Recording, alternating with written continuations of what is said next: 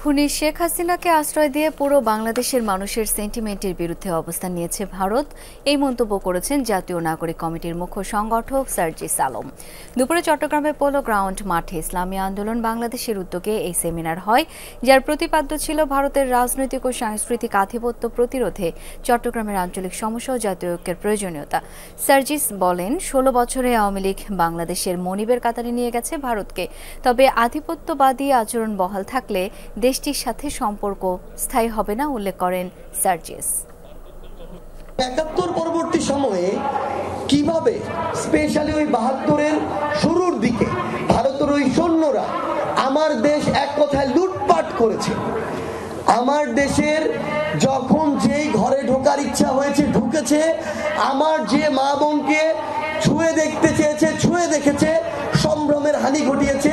এই কথাগুলো বাংলাদেশের সামনে, মানুষের সামনে আসা উচিত।